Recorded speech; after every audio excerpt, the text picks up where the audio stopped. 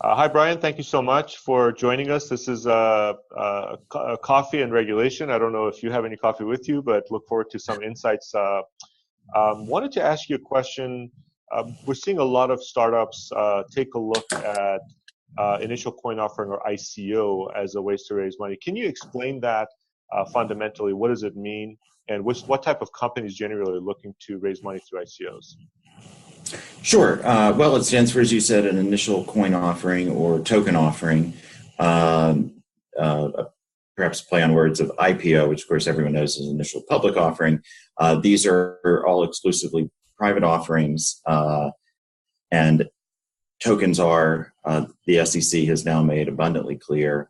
If it wasn't clear before the last 2 months, there have been many signs, increasingly less subtle, um, about the SEC's view that tokens or ICO securities are in fact securities, and they have to be treated as such and registered if necessary, or subject to an exemption from registration if they qualify exemptions, such as under Regulation D for accredited investors or Regulation A plus for accredited and non-accredited investors. And then from a differentiation between SAFT and SAFE, is there a distinction there, and how does that apply to ICOs and initial coin offerings in general? SAFE came first, a simple agreement for future equity, and it came out of Silicon Valley, where a lot of startup companies used it as a way to solicit and obtain venture financing. And pursuant to that, the investor was able to receive equity or shares, if you will, of the issuer at some point in the future defined by the SAFE. The SAFT began as just a ripoff of a SAFE, basically, where someone changed the word equity to token. Since then, it's undergone a bit more sophisticated revision and analysis and customization. But the net of it is it does provide a way for investors to purchase not tokens, but the right to tokens at such time as they are issued, if ever, by the company in which they're investing. The upside, which is very significant for the issuer, is that they're not giving up equity in their company as they would taking on investors under any traditional format, whether it's private equity, venture financing, or even an IPO, a traditional IPO. You, of course, would, the price of that funding would be giving up ownership of a piece of your company. Here with tokens, where there's an appropriate application for them, is an opportunity for a company to solicit and obtain financing, essentially, to fund the development of a particular project, very often sometimes an ecosystem, where those coins or tokens will themselves have value in the future. Mm-hmm. But very often you see this is an avenue that people are exploring, where they have an idea, but just haven't been able to put the resources in to develop it fully. I see. So suitable mostly only for accredited investors, but nevertheless a really interesting kind of development in the capital markets. And of course, we're seeing something transformational from a blockchain perspective, the idea of a general ledger that's transparent and distributed and publicly available and publicly auditable, if you will.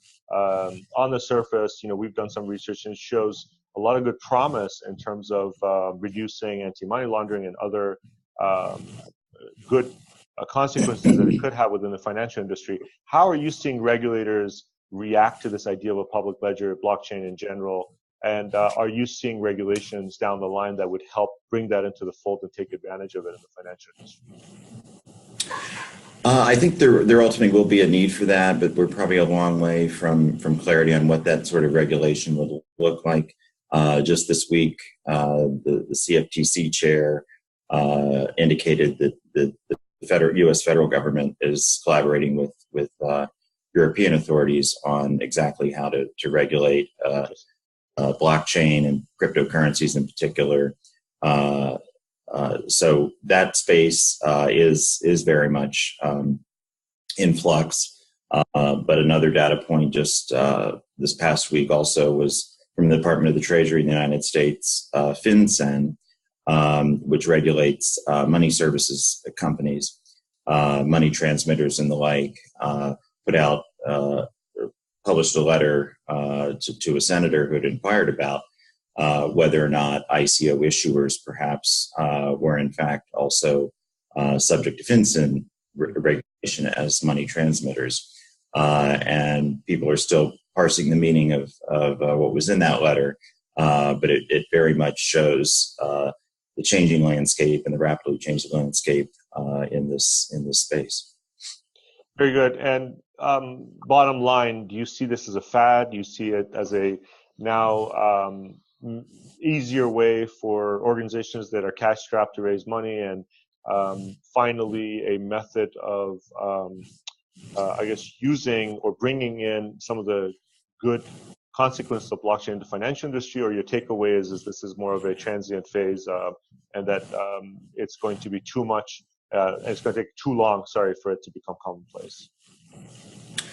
Well, I think we're seeing adoption of cryptocurrencies generally in a very big way. Last year alone, if I could speak to ICOs in particular, in 2017, depending on whose numbers you believe, there's between 2.6 billion and 3.7 billion raised in ICO, and increasing. So the signs are there that it is picking up. It won't replace equities investments, certainly, traditional equities that are securities, but it certainly is very dominant, if not predominant right now in the private equity space. Right. And I think more broadly, to answer your question more directly, the distributed ledger technology and blockchain has applications, certainly beyond even finance. That's true.